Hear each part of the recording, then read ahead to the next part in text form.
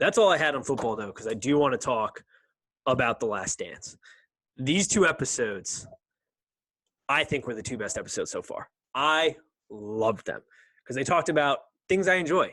The gambling side of Michael Jordan and the Dream Team Olympics, which was phenomenal television. That whole part, like from him and Magic going at it to him shit talking Reebok and like the whole backstory there. Like both these episodes were fantastic, and I think the 2 best so far. Yeah, they were awesome. Watching Magic, talk shit to Jordan, and Jordan literally just talk shit to everybody, just like literally just make it clear, Magic, you were a legend, Larry, you were a legend too, but this is my fucking team. Like, that was so awesome. I love watching that behind the scenes. I loved watching Jordan gambling with the security guards, throwing the coin over it.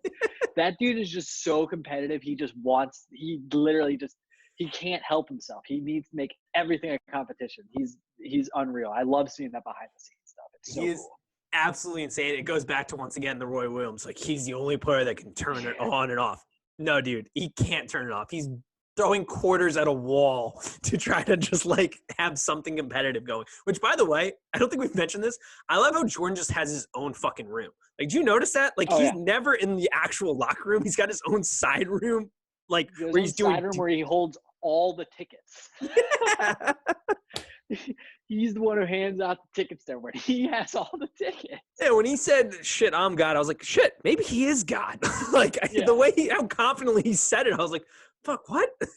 It was unbelievable. Yeah, he was just like that. I think it was maybe BJ Armstrong. I don't remember who said it, but they were like, he said, I need 2 tickets. So he said, do you care where they sit? He goes, they could be sitting all the way up next to God. He goes, you just got tickets for God. Like, oh my God.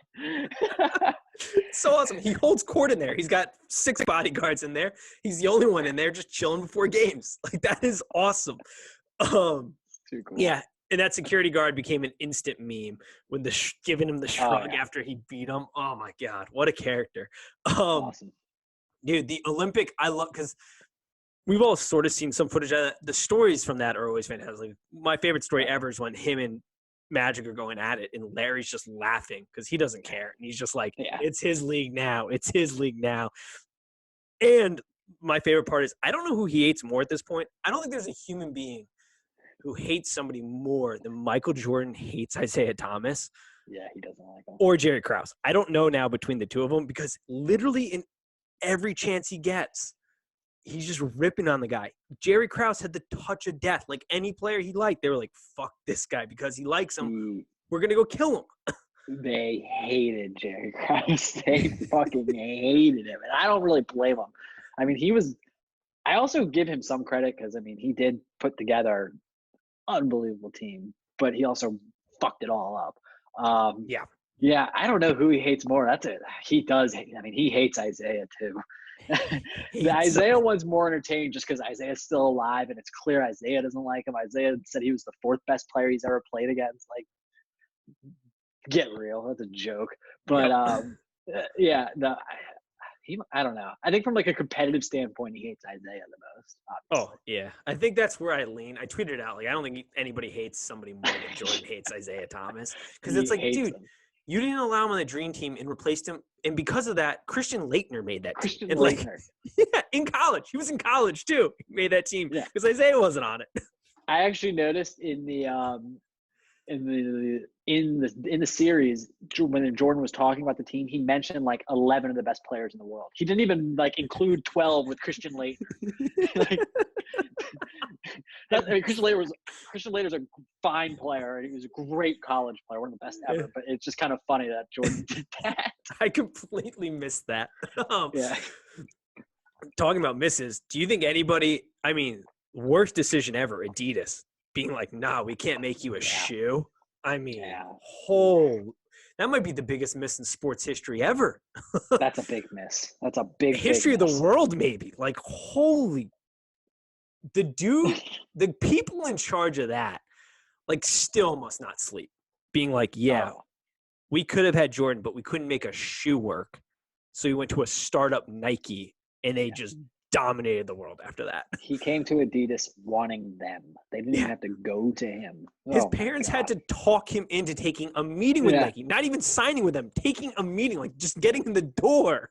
Yeah, unbelievable. Big gaff on Adidas' part. Yeah. The Tony Kukoc stuff was funny because it is like that. Yep. Like he had no idea what was happening, and like No.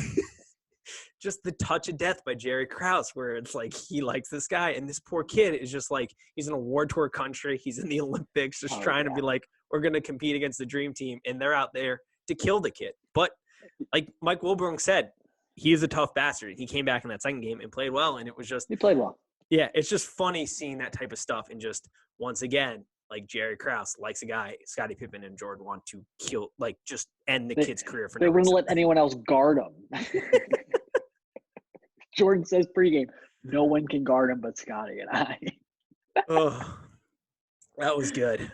I Yeah. also like Johnny Kong's interview where I'm sitting there. I'm such a degenerate where she's like, do you think gambling's ruining your reputation? And Jordan's like, what the fuck? Like, Oh, yeah. it is just crazy how the world used to be, where like that was a legit scandal. I mean, I get the money amount, but like whoever it was in the documentary, like that's $10 or $20 to you, like 50,000 yeah. to him is like $10 or $20, and people were like legit mad about that, which is People absurd. are mad about everything. I mean, imagine it was bad back then. Imagine if it happened today. Imagine if LeBron, after game 2, losing game 2, going down 0-2 to the Knicks, he goes to Atlantic City. Like he would get crushed today if he did that. Like eviscerated. That one was funny because Jordan wants us to all believe that, like, because Atlantic City's not close to New York. He was just like, yeah, I was back by 12. Like, get the fuck out of here. No, you weren't. Not a chance. Oh, even today, he's still just lying about it. But I know. that was good. Though I did also like, because we got, like, it hit on all the best parts. The Olympic Dream Team, the Air Jordan deals, all that stuff. It did also get into, like, the one big controversy with him back in the political race, Right. which I know the famous line, like, Republicans buy sneakers too. And I also know that Jordan was doing something completely different than everybody else, where he was trying to build an empire essentially and did pave the way for a lot of things. So, you know, a young guy not wanting to get into it, but it is sort of crazy then when you went, because I wasn't aware of this. We didn't grow up in this era. Like, I had no idea. So this is stuff I'm learning for the first time. It is kind of crazy to think like, oh, he didn't speak out against a guy who like was directly imposed to like civil rights. Part of his platform was like Martin Luther King Day shouldn't exist. Like, who the fuck is this guy?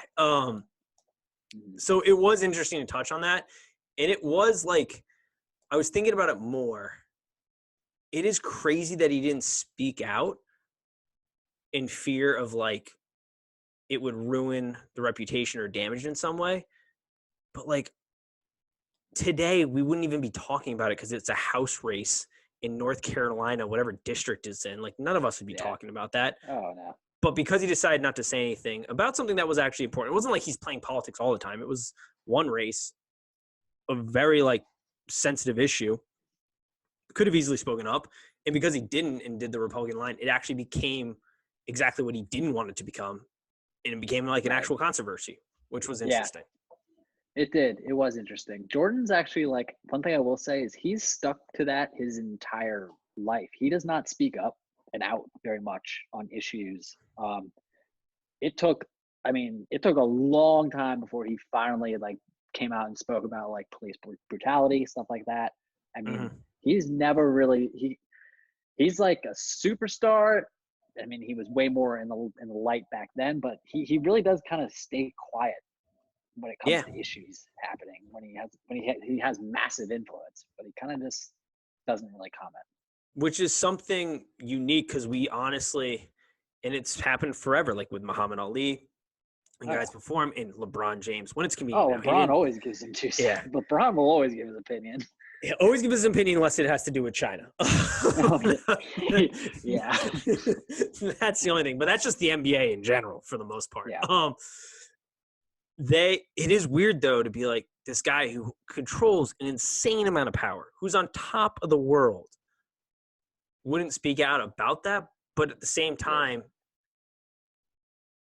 he kind of is – he was looking out for himself, which I guess when you're trying to build $1 billion empire like nobody's done before, that's sometimes kind of part of the equation, which is unfortunate because it is really one of the only few criticisms you have on him. But like you said, he has stuck to that line. He hasn't wavered on that at all in his entire career.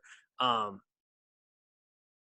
just think there was a lot better ways that it could have done. And I'm surprised even in his, like, even after the comment came out, I'm surprised he didn't say something just to the effect of like, hey, I'm not choosing political sides or anything, but like, I'm opposed to people who don't believe African Americans have the same rights as everybody else. Like, who thinks the civil rights movement is the most, or the civil rights bill was the most dangerous piece of legislation? Like, it did seem kind of crazy. Agreed. Yeah. But it's the position he's taken and stayed with. But without it, if he hadn't met Senate, or if he had just said something brief about it, it wouldn't have been even a controversy. So it was an interesting little tidbit, but I was glad to see they threw it in there because it shows that they are really giving us everything about Michael Jordan. Because, like, I wouldn't – if they hadn't thrown that in there, I would have no idea. Like, I would honestly – I would have never known that. So it is kind of I appreciate that they are really giving us everything about MJ, which is one of the reasons I liked these two the most, is because it's just, once again, it's giving us all the good and the bad. In, like, a scenario where he does kind of look like a dick at some points. Yeah, like, for sure. But honestly, too, I don't know how he thought he was going to come off as a dick because, like, most of the time in this, I actually find him more endearing. Like, oh, yeah, this guy is everything we thought he was, only to a higher degree. I've always thought and always heard that Michael Jordan was a dick, and he's just such a competitor that he's just a dick. He's actually been, from this documentary, I expected for him to come off like way more of an asshole than he has. Yeah, way more. He's become way more endearing to me through this. Yeah, like, yeah. I mean, I'm like, wow, he's yeah. I mean, like, he's I've kind always of loved everything him as the star, but not really. I always kind of maybe thought as a person, kind of the way I feel about Tiger Woods. Yeah. Like, but yeah, Michael, no, he hasn't been nearly like as much of an ass as I thought. No, not even close. And, like, there are, like, it's been a very cool look, and I'm enjoying it. And these were my two favorite. And it's when he thought we would think he's an ass. I don't think anybody thinks that right now. I think he's become more endearing because it's like, that's exactly the kind of person we all want our premier player on the sports team that we root for to be. Yeah. That's exactly how we want them. Definitely. All right, let's get to the last topic, the UFC this week.